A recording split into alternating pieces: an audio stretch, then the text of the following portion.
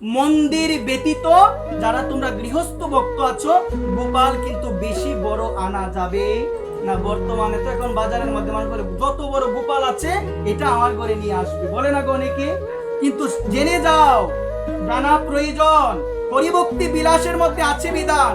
মা কথা বলো না, হরিভক্তি বিলাসে বলছেন যারা গৃহস্থ ভক্ত, মন্দির ব্যতীত যারা গৃহস্থ ভক্ত, তাদের যে গোপালের পরিমাণ হবে এই বৃত্ত অঙ্গুষ্ঠ থেকে কনিষ্ঠ আঙ্গুল পর্যন্ত যতটুকু উচ্চতা ততটুকু হবে। যদি এর থেকে বেশি হয় গৃহস্থদের ঘরে তাহলে অপরাধ হবে। এগুলো আমরা কি চাই? এইদিকে মা হরিভক্তি বিলাসে বিধান আছে। ষড়গোসাইয়ের মধ্যে একজন অন্যতম গোসাই ছিল সনাতন গোস্বামী পাদ, গোপাল ভট্ট গোস্বামী পাদ কৃত রচিত হরিভক্তি বিলাসে বলছে এই ধরনের কথা আমাদের মা। এ কারণে মনোযোগ দিয়ে শোনো মা, শাস্ত্র জেনে ধর্ম করো, দেখা দেখি ধর্ম করে না। ওর ঘরে গোপাল বড়, ওর সঙ্গে আমার কম্পিটিশন, ওর থেকে বড় গোপাল আনবো, কম্পিটিশনে প্রতিযোগিতায় ধর্ম হয় না মা। ধর্মটা হয়, সেবা হয় ভালোবাসা সহকারে, প্রেম সহকারে। প্রতিযোগিতার মাধ্যমে, প্রতিযোগিতামূলক মনোভাবে কখনো ধর্মীয় সেবা হতে পারে না, হতে পারে না। বলো সবাই।